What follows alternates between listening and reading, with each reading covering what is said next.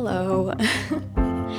Welcome to this video where I am chatting with Breanne Williamson and we play a little game. In case you're new, hi, my name is Bridget and I am a queer writer and filmmaker from Toronto, from Canada. And on this channel, we talk about queer writing and everything that comes along with that. I am not going to take up too much time as this chat did go on for a while. It's probably a pretty long video already, but I just want to introduce myself, and I am excited for you guys to watch this video where we chat about queer writing, and I will leave a link down in the description for Breanne's channel, even though if you're here, you probably know who she is. And yeah, let's dive right into the video. Well, I appreciate you hopping on a call. Oh my gosh, yeah. Really exciting that, you hit like a really big milestone recently, so. Oh yeah, With thank YouTube. you. But are you talking about Congrats. the 100,000? Yeah, that's Yeah, crazy. that was a really cool moment because I feel like it's been, there's all these people that, which good for them, are kind of overnight, they just blow up. And mine, it's been a bit of a slower climb, which is totally okay. But that was just like always on my vision board. I was like, I need that 100K YouTube plaque. And like once you get something like that in your mind, you like hyperfixate on it. And I feel like the last few years I've just been like, I want that plaque. So getting it was a really cool, like emotional moment for me. So thank you. Yeah, for sure. And it's like, it's big because having like a queer channel where it's like that Yeah. much support is big. Yeah. Well, that's the thing too, because it's like obviously pretty niched, I like to think anyone can watch the, shows or films or anything I create, but definitely it's targeted towards a specific audience, primarily a Sapphic audience. So getting those numbers can be more difficult. And it's not about the numbers really, but just as a wow moment for me, it felt good. Yeah, it's definitely validating that like there's actually Yeah. people, like they Yeah, exist in the I world. know, which is cool because I think as artists, like anything that we do, we do it for the art itself, but it always feels good to be like people want to watch it Yeah. or consume it. So yeah. What I wanted to talk to you a bit about was like Yeah. writing queer Yeah. stories, because that's kind of Hmm. the direction my channel is going in at this moment. So I love that. it's really fun. But I wanted Yeah. to get your like view on, since you wrote like Aging Out for one Yep. Yep. and Basement 51, Yep. I gather. So Yes. what's your kind of, well, what's your process with Mhm. writing those stories? Yeah, so for me, usually stories live in my head a lot longer than they should. I feel like some people are really good at getting things on a page or mapped out. I am internally mapping before it ever sees a page or, a script for a long time. So usually by the time I actually sit down to write, um, it kind of feels like it's just flowing out of me, and then I have to go back and edit and make it make sense. Whereas I know a lot of peers are planning first and then they're kind of filling in the gaps. I'm kind of word vomiting and then I'm going backwards. Just because by the time I love a story enough, it has lived in my brain for so long. It's so real to me and the characters are so real to me that um it's almost like my planning phase is all internal. So I was always like that as a kid. Like I had imaginary friends. I always, made up like stories in my head. I was very much that kid looking out the car window and like creating a reality while I was on a drive that wasn't necessarily true and didn't exist, but it felt nice. I was big on make believe and pretending I was a mermaid or a fairy or whatever. And that went on much longer than most people probably. Like I was like a teenager, like I wish I was a mermaid. So It's fine. I still kind of do. Um, It's fair. so yeah, for me, I think like a lot of it lives in my brain and becomes reality. And I feel like I get to know these people through dreams, and I go on walks and I'm thinking about them and who they are and I'm thinking about their point of views before I ever sit down and I'm like, okay, it's time for them to like live in a way that other people could experience it. So in some ways, I'm a crazy person. But, Just to but sum it up, yeah, just to sum it up, but the that's voices in my definitely head are the characters. It's fine. exactly. They live with me, they exist for me. Yeah, But yeah, for it makes me sound really kooky, but that's just usually how it works for me. So, with aging out, like I had that story living in my head for probably about a year, and I usually combine characters I would like to see or experience I'd like to see with a genre that I feel like I'm personally eager for. So with Aging Out, my goal, as you know, working on it was really wanting to make a cheesy, feel-good rom-com that had no coming out storyline or darkness. Just because I was witnessing a lot of representation in film, specifically for sapphic characters, that was fantastic and definitely has a place in the space. But I would leave feeling anxious or stressed or kind of emotionally drained because those are real experiences that are sometimes traumatic that deserve their time on the screen. But I was like, oh, I'd love that. I'd love if there was something where you could watch it and just kind of totally know what was going on and it feels safe and it feels cozy. So, I lived with those characters in my mind for a while and was like, I just want to write something that's just totally predictable and comfy and feels good.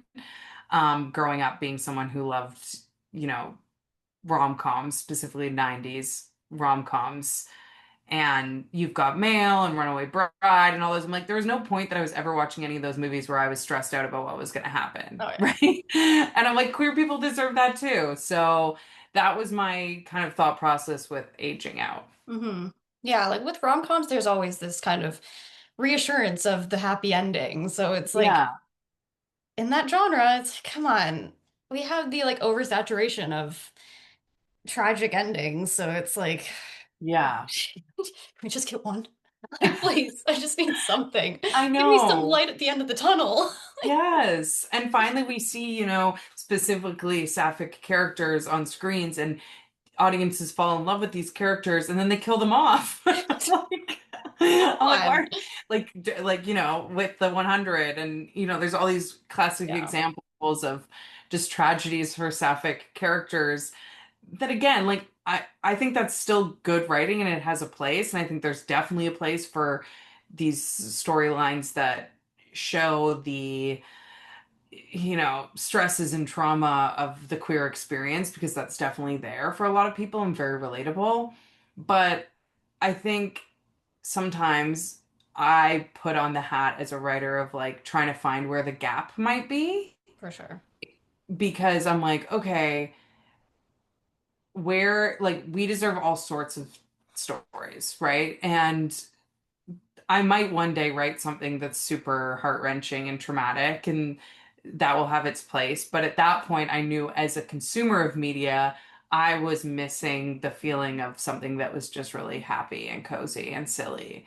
So that's why I wrote that. And I think at the end of the day, that's, as creatives, we kind of create what we want to see. hmm So that's usually the starting point for me. When there's nothing else, it's like for Mm, so long, queer stories were just tragic.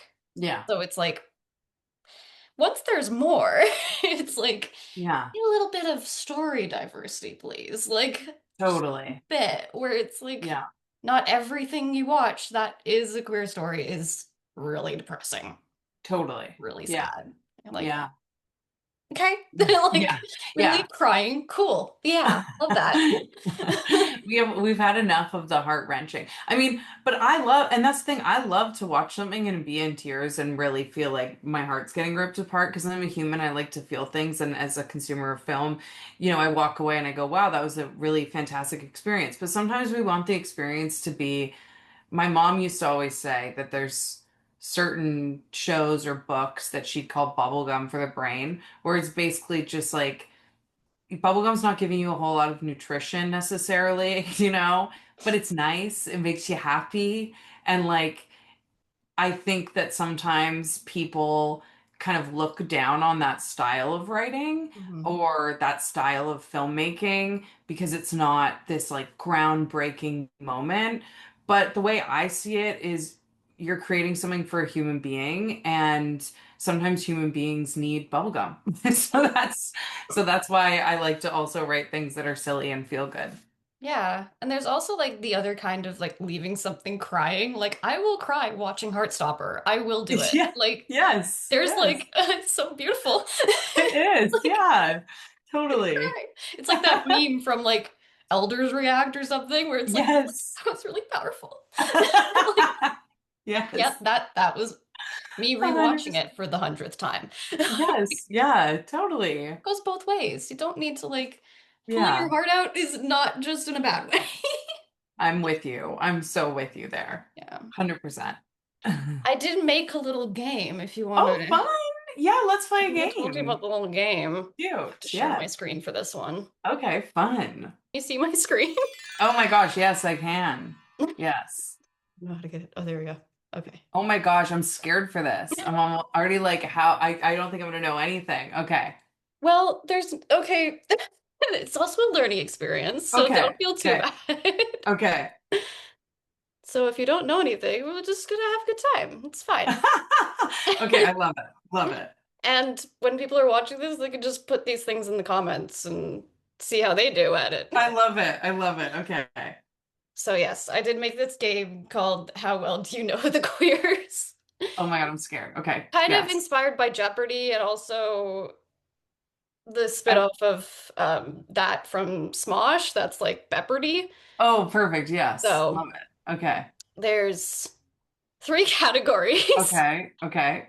Queer Okay. icons, our Okay. rainbow screens, and LGBT tropes. Okay. So you get to pick what there's like questions with each. They get harder, Okay. unfortunately for you. Okay. I'm gonna go with let's go LGBT tropes for 50. Okay. I love this. Like, This is so ah, I'm fun. scared. Oh, Buffy the okay. Vampire Slayer. I can Okay. read the question. If Okay. Okay. that'll work better. Okay. So, Buffy the Vampire Slayer became infuriating for queer viewers after one of the characters fell victim to this trope. Oh no. Did you Oh, watch Buffy? you know what? I'm not a big Buffy fan, and you know who's gonna kill me with this one is Neve because it's Oh his no, is it his favorite favorite? favorite show. I think it's his favorite show ever. Get Okay. your producer to kill you. Yeah, one of the characters. Okay, fell victim to this It's trope. a What queer trope could trope. it Like, it's be? pretty well known in the community. Oh my God, did I'm they? giving you They hints. didn't kill them off. They didn't kill them off. Is that it? Did they kill someone off? Is that your guess? Yeah. Okay. It was Bury Your Gaze. Oh my gosh. Okay, there you go. Okay, yes, yes. The Okay. famous like lesbian couple of Tara and Lily? Oh, Yes. that's from How I Met Your Mother. Okay. I Whatever. need to look this Willow. up. Willow Okay. and Tara. Okay. Willow Tara and was killed off. Spoilers, but it's like 20 years old at this point, so so I kind of got it. you got it. I You won got it. that one. And how fucked up is it that I just know that it's killing off the gays? It was in the 90s slash early 2000s. What can you say? It's just classic. It's like what they have to do. They're like, we've gone too far into gayness. We need to get rid of this. Okay. There we go. Okay. You didn't see anything. No. Good. Okay. Okay. So you've done this one. Yes. Okay. The rest are okay. I'm scared. I'm scared. Okay. I'm gonna go our rainbow screens for 50. Okay. Okay. British series getting a finale. This British series is getting a final. Oh, Jesus. This British series is getting a finale in the form of a movie this year. Is it Bridgerton? No. A movie. They're getting a Oh, movie this year. Heartstopper. Heartstopper. Correct. Heartstopper. Heartstopper. And If you you didn't know know that, what? I would be disappointed in you. I'm so funny. It's so funny because when I saw that, I was so excited because I feel like getting its moment in theaters, hopefully. Mm. it would be really cool to see because there's such a fandom there. I'm And curious if I they would hope do that though. I, That's I I hope Netflix. they do because Stranger Things recently they did the theater run for the finale, and Ooh. I feel like it would be smart if they did at least for like super fans if they did some theater experiences. They I did think a that would theater be cool. premiere like way back when it first aired. Okay, So I'm so like, there you go. come on, Love guys. it. Love it. You didn't want to give them a season, so at least give them a premiere. Like, what are you doing? Okay, let's go queer icons for 50. Let's Okay. just let's Just gonna just clear keep the 50s. chipping it away. Okay, this American poet has been, I can't even see my own questions. Jesus. Okay. Has been coined as a queer icon after the poems she wrote about another woman were discovered. That's Emily Dickinson. These ones are To the Susan, easy right? ones. To Susan. Yeah. Have Love you it. watched Dickinson?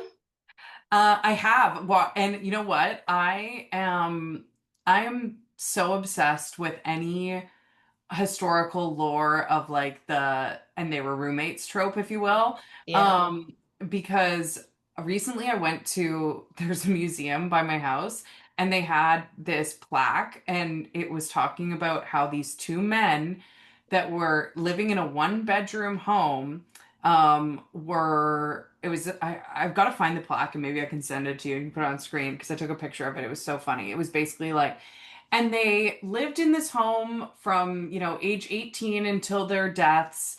And neither of them ever took a wife. They were just really best friends forever in this one bedroom home. I'm like, they were Sure. gay. Like, Like, sure.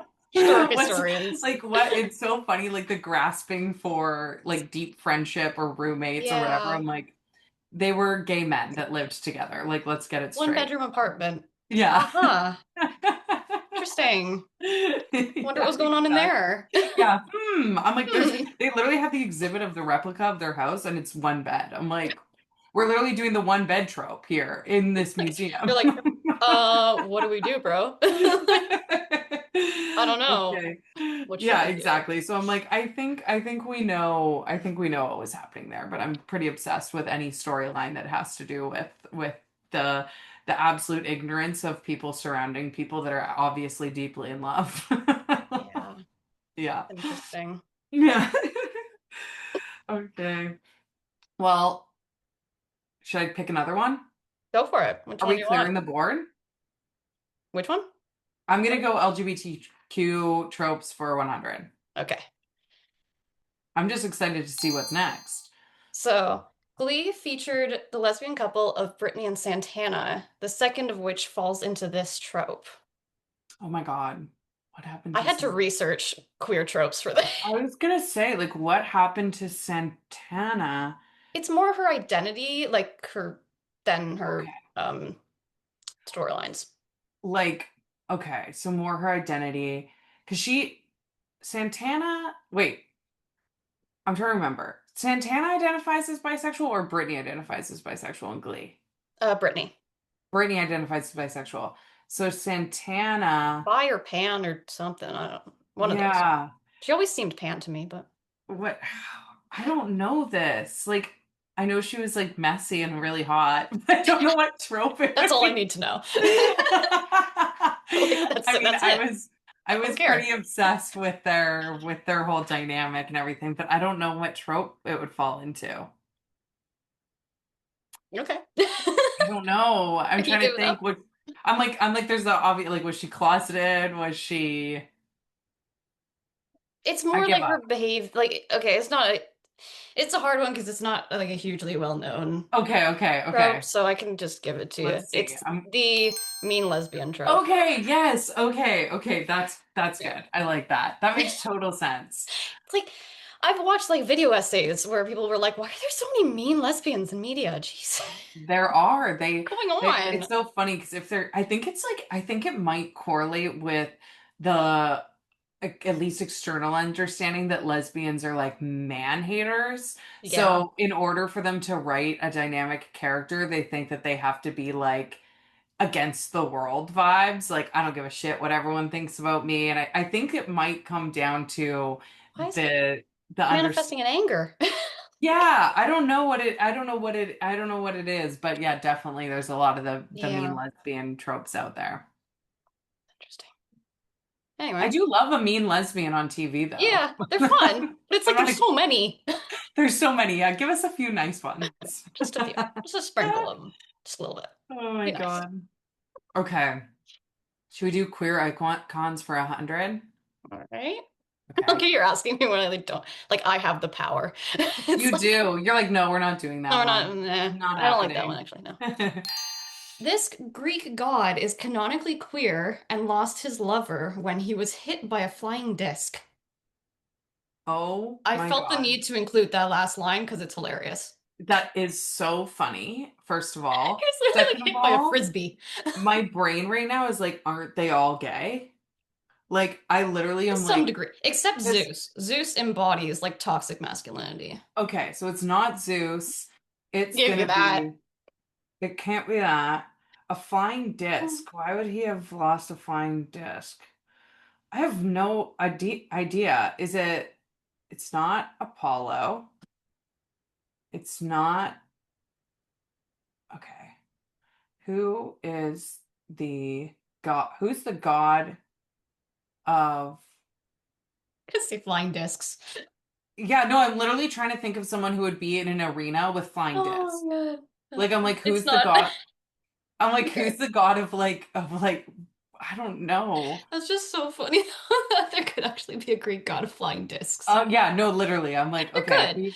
I don't think who's there yeah, is, but there could be. there might be, honestly, the more we think about it. I don't know. I give up. You What is literally Apollo? almost guessed it. Really? It's What is Apollo. it? Oh my gosh!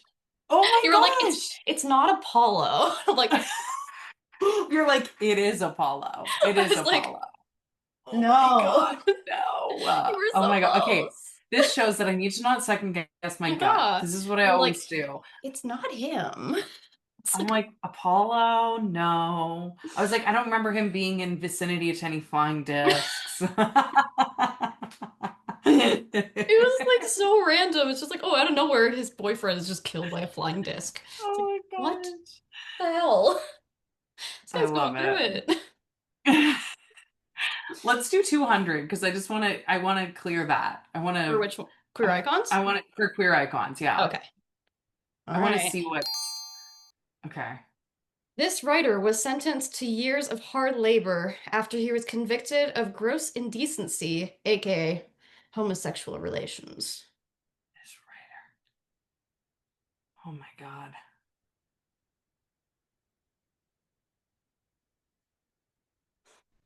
Who would it be? Oh my God. I had another section that was like queer history, and I was like, we don't have time for that. Yeah, yeah, my brain after this, I'm You're like, I like, need to read a book. I literally uh, need to read a book. that's just my own Um, history nerd brain that'd be like, this no, would be fun. So I no, I love it. only It for is me. fun because I'm also learning and I feel like people will learn it. I don't know this though. Okay, it's Oscar Wilde. Oh, the most obvious one. I didn't know that he went to jail. Yeah. I need to see, I need to, this is good. This is good. I need to read There's more. like there's two Oscar Wilde shows that okay, we already saw that one. I was Okay. like, shit, no, not the Yeah. answer. Um, there's two movies that I watched about him. One's called Wild, like spelled like his Oh, name, and yeah. the other is The Happy Prince, I think, but both are about his life, which is Oh really my gosh. interesting. Okay, I've got to look into that because that's very fascinating. I have a friend who has like three Oscar Wilde tattoos, Oh wow. and yeah, she was like obsessed in college. That was like her guy that she like read everything about. So I'm gonna tell her to watch this, and she's gonna delete my number after seeing me getting that wrong. You didn't know that? How dare Yeah, you? she's gonna be like she's gonna be screaming at the screen. Kidding, he did go to jail. What are you talking about? How did you not know this? Too It's good. huge. Okay, what else do we where are we at on our rainbow screens? I think you've only done 50 for that one. Oh God. Okay, let's do We've got 100. three questions left, and it's Okay, perfect. these ones. We Okay, can see them. love it. Let's do 100. Okay. This holiday lesbian movie starred Kate Blanchett. Okay, Carol. Yeah. I'm like if I'm like if I didn't know that You. one, then my lesbian card's getting revoked. I'm like, thank God. I was like, I can't. I have a hard time knowing what's going to be easy for people, so I'm like, I don't know. No, no, that's good because trust me, a lot is difficult for me, but when it comes to Carol, then I'm I'm like, aware. oh, I don't know. It's kind of could be a niche film. I don't know. Depending on who you talk to, I guess. Yeah. I'll just finish off our rainbow screens then with 200. Alrighty. This movie starring Marilyn Monroe featured a Oh, same-sex romance and characters in drag. okay. Is it Diamonds Are a Girl's Best Friend? Fuck. You're like, that's the only Marilyn Monroe I know. I I honestly am like, that's crazy to even think about. I don't know it. And that's crazy that for that time that there was that. That's amazing. Hmm. I don't know. It is Some Like It Hot. Don't like it hot. I It's gotta a watch really it. good I've never movie. seen it. I've never seen it. It's it's really fun. Oh my gosh. I'm ready, literally getting my pen out Take and right. notes. I'm gonna watch it tonight. Some like it hot. It's what I Some think it was made in like the I'm gonna get this wrong. It was Marilyn Monroe, so it was like the 50s or 60s. yeah. Yeah, it must have been. But yeah, That's so cool. That's yeah, like, really interesting. yeah, well ahead of its time. That's very cool. I'm Yeah, excited it's to watch well, it. it's kind of like the drag is disguise where they're like, we need to Yes. run away from the law, and so we're But gonna still. join a band and dress up like women. It's like, Which is why I always find it so what? funny when people, even nowadays, like hate on drag because I'm like, I don't understand how for so long, like, we were as a like community laughing at like Robin Williams in Mrs. Doubtfire and like everyone else, and then all of a sudden queer people were doing it and everyone's They're pissed like, off. no.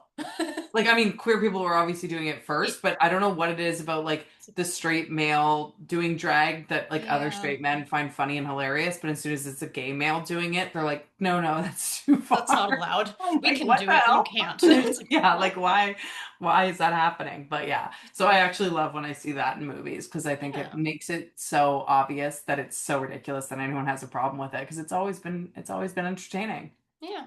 There's a Yeah. really iconic line at the end of Some Like It Hot that you'll have to witness for Okay. yourself. I can't wait. Okay, I'm excited. I'll report back after watching. Oh yeah. It's like, yes. You're gonna have like a watch list after this call. Yeah, exactly. All the Yes. movies you need to watch. 100%. This is good. So I got one left and it's the tropes. Okay, We're gonna perfect. do 200. Sex education, overcompensating, and perks of being a wallflower all share this one characterized trope. Um, being either closeted or a baby gay, like the baby gay trope or like closeted trope. First one's close. The first one's close. Okay. Closeted, like coming of age. But coming of age, what I'm coming of age almost gonna is give it to you. It's very oh, close. okay, okay. I'll just see what it is. Okay. Okay. The The closeted jock. closeted jock. Okay. Yes. Okay. Yeah. Did I put Glee on that? Glee also had that, which was pretty crazy.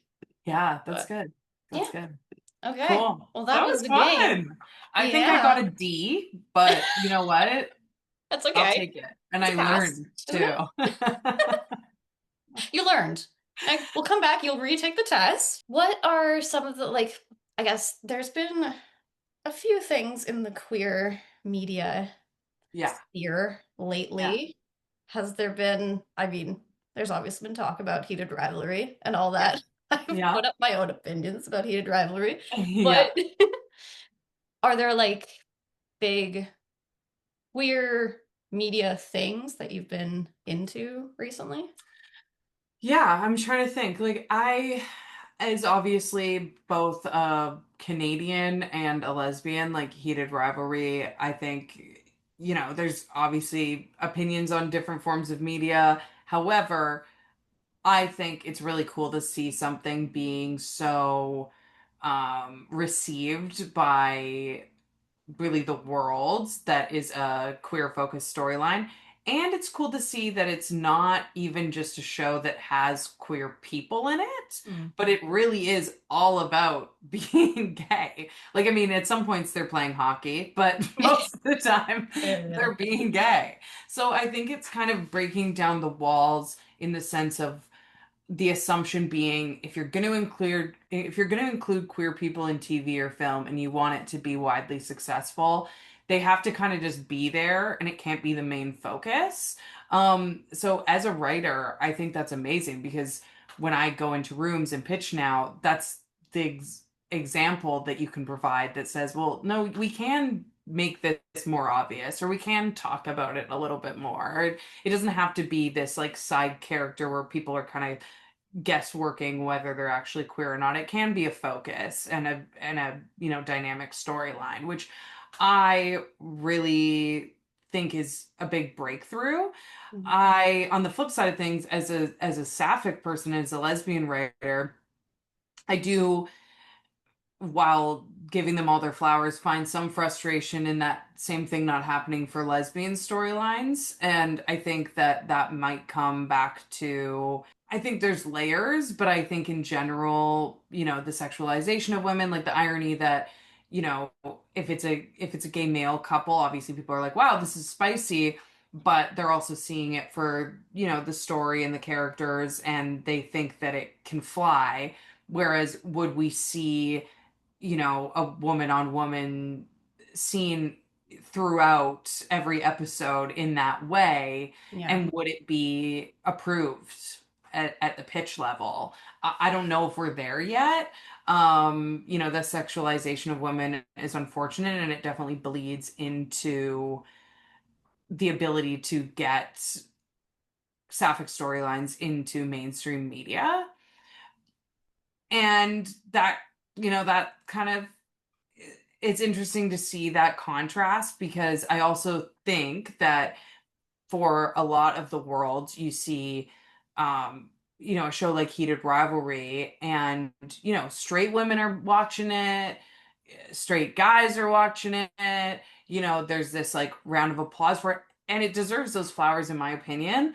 But I also don't think that those straight women would maybe show up in the same way for a lesbian storyline. Um, yeah, so I just find it fascinating. Anytime I see queer media as a queer person, my first thought is, oh my God, yay. Because anytime queer people are on my screens, I get excited and I'm obsessed with that. But then I also, the business side of me and the writer side of me asks myself, like, why was this a hit and maybe this isn't? And I think that's just natural from being behind the scenes in this business and seeing what gets approved and what doesn't. And I think we still have a long way to go with sapphic storylines getting the same, shine.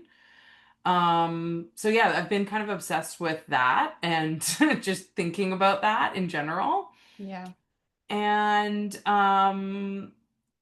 also just obsessed with a Canadian show doing so well because as a Canadian, there's been this kind of thought that if you make something in Canada, that's kind of as far as it's going to go and it's going to be just seen by Canadians, which is already great. But I love seeing it shine a light on the fact that we have fantastic talent in Canada. Mhm.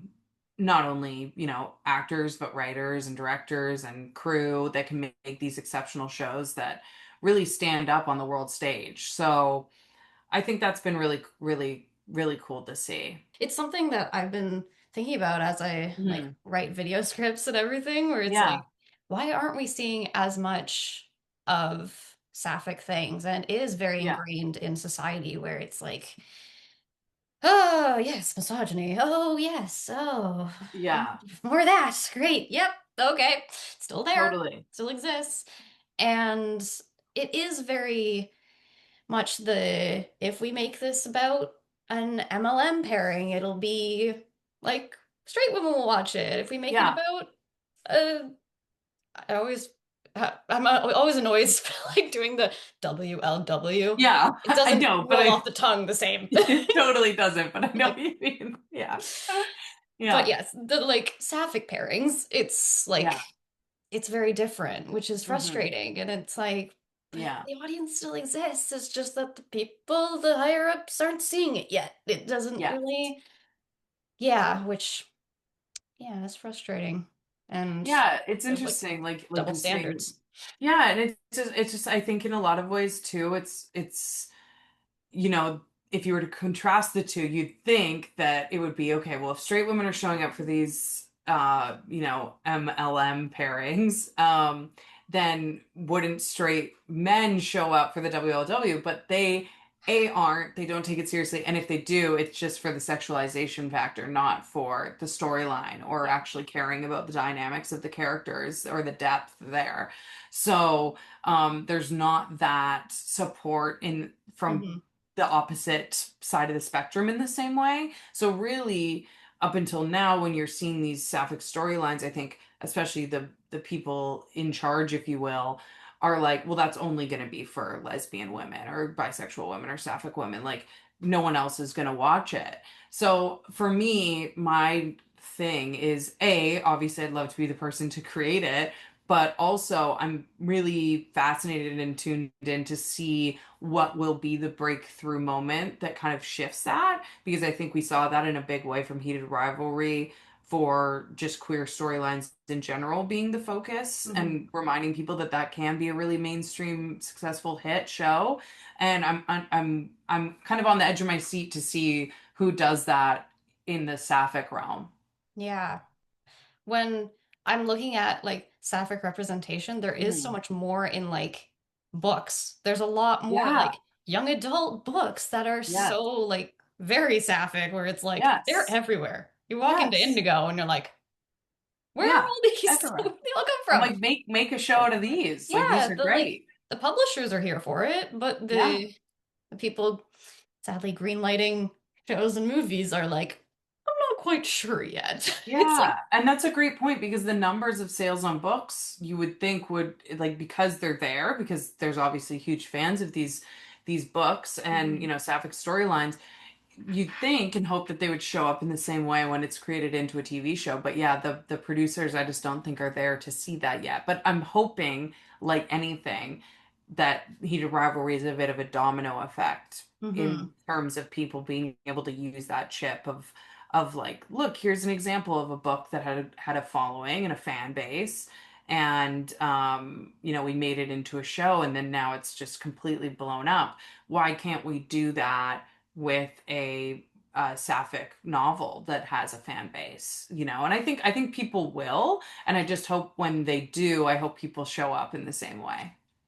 Yeah, it's like there's both Heartstopper and Heated Rivalry had a very similar like Yeah, origin story where it's like they yeah, both started online and then like a streaming yeah, service just went, we're gonna make you into a thing. We're not expecting it to go anywhere. And then it yeah, just exploded. And it's like, these huge I fandoms. think you Yeah. should take a hint from your own history.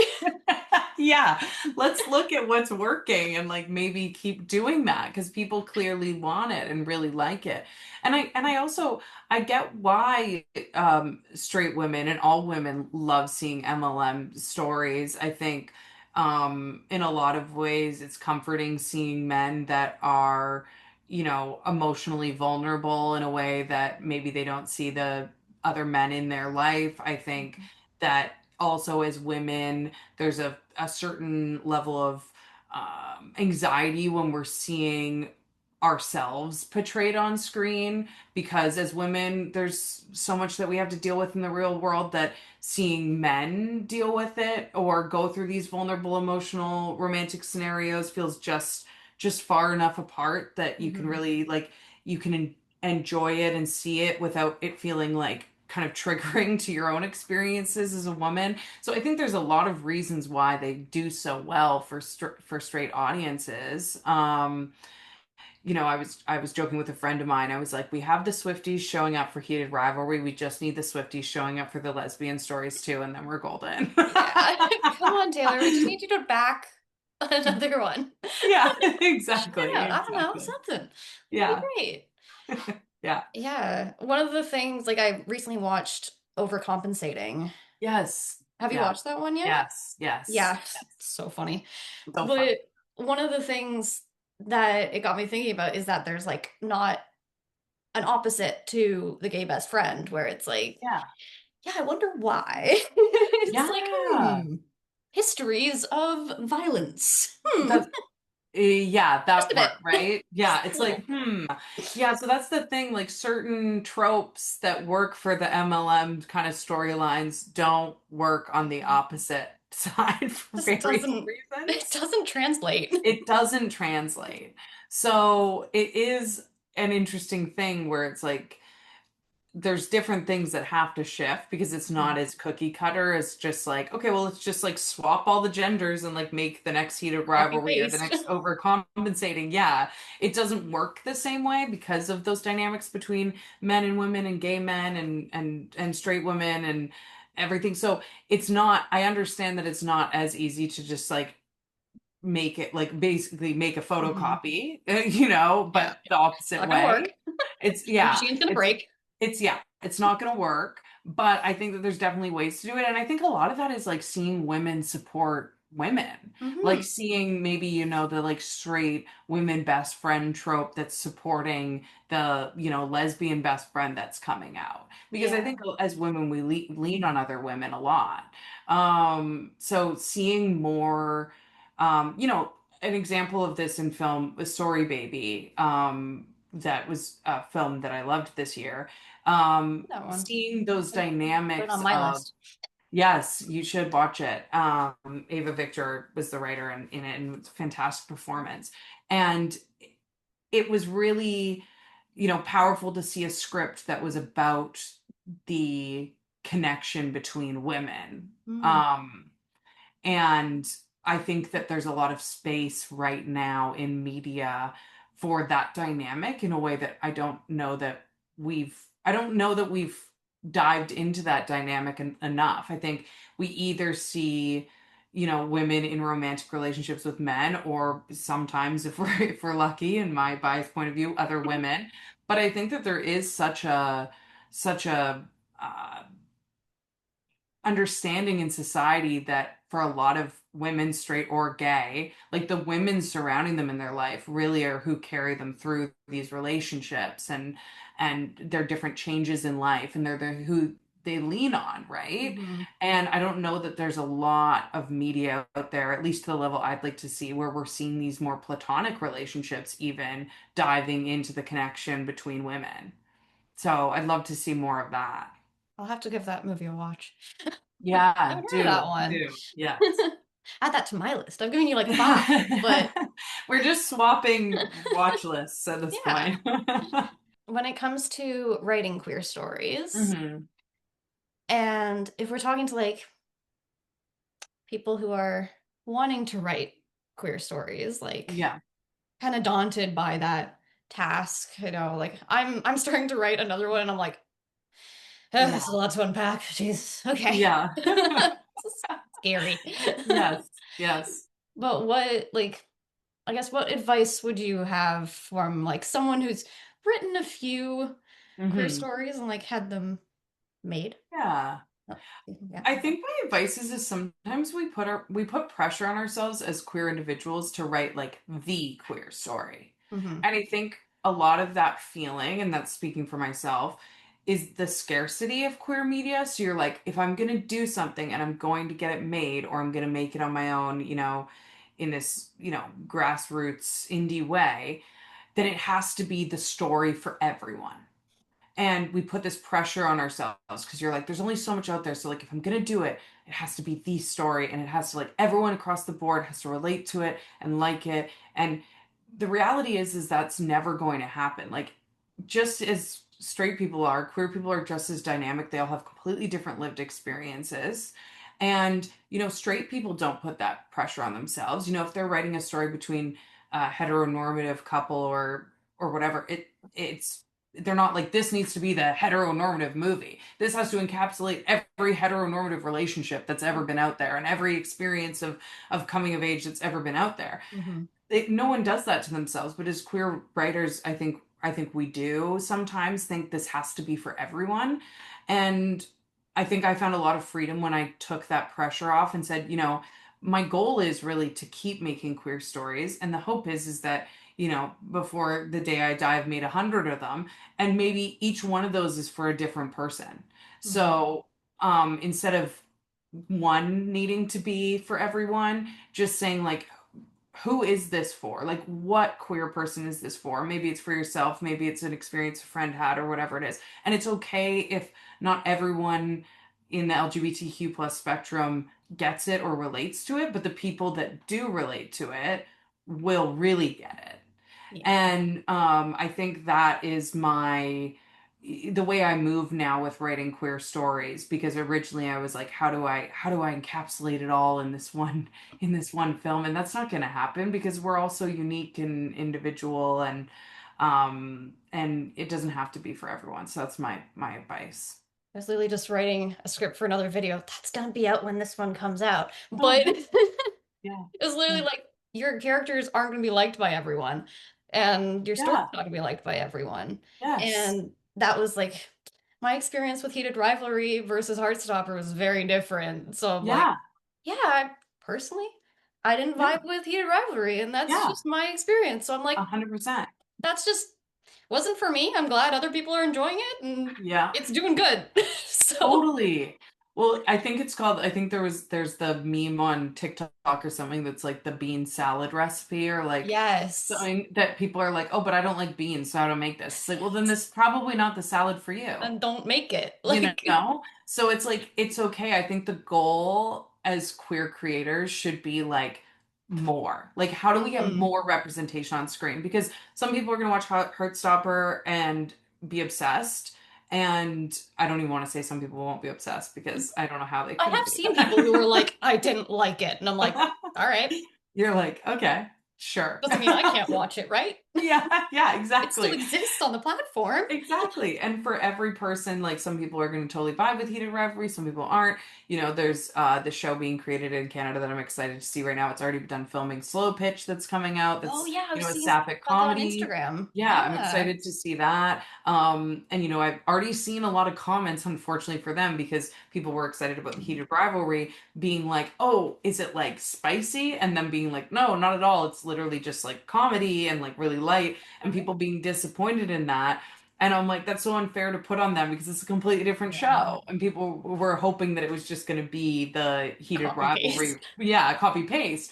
And they're like, no, it's lesbians playing softball, but there's no like hotel room sex. It's just it's just lesbians playing softball. So Kind of it's like, reminds me that's of the thing. League of Their Own. It is. It's kind of, Okay. it's, yeah, it's like League of Their Own. It's very And stereotypical softball. Like, come it on. is. I don't know what it is. They're like baseball, Like, softball. How many sports can we play? how many How many sports can balls can we lesbians throw play? around? Jesus. But yeah, not I everything can't play has to any be for sports. everyone, right? It's just about getting more out there. And that's the way, like, if we start thinking about queer media in the way that we think about, which would be the goal to get to this place, films that come out. Like when I look and see what's playing at Cineplex, there might be 6 films playing, and I'm only interested in seeing 1 or 2 of them. Doesn't mean that the rest of them don't have a place on an audience, but just not all for me. And I think that's the way that hopefully with more representation and more funding, we get to the place with queer media where it's like, we don't have to go, oh my God, this is our only show that we got this year that kind of shows our community in any way or makes us feel included. So like, we have to like it, because if not, we're so disappointed, because it was like our one shot at representation, right? Hold on to it with a vice Yeah. grip, just like nobody Yeah. can hurt it. Exactly. Ah, Yeah, exactly. are we So I okay? think, yeah, just working towards more, and that's a slow climb. And I know, especially over the last few years, there's been some moves backwards towards that in a lot of ways. But I think if we all keep just realizing that there's like a place for all different sorts of queer stories, and keep doing our part to try and make them live on screens, then that's all we can really do. Well, that was all the questions I have. So that's I the end love of it. like the That was actual video perfect. That portion. was So thanks so perfect. much for hopping on the call, Of taking time course. out of your busy pitching Oh my schedule. gosh. Yeah, no, you're so good. I'm sorry, I think I was like a minute late because I was on a call right before this, and I was like, I gotta go. I was just listening to music, just like, doo-doo-doo. Okay, I'm like, good. okay, let's go. Okay, good. Okay, and that was the end of the video. I hope you guys enjoyed that. If you did and you want to see more on my channel, please hit that subscribe button and give this video a like to push out to more people. I am building a little community of queer writers, so if you are a queer writer, please stick around. I'm going to be going back to my regularly scheduled programming with a video on queer antagonists next week. And so, yeah, stick around for that, and I'll catch you next time. Bye.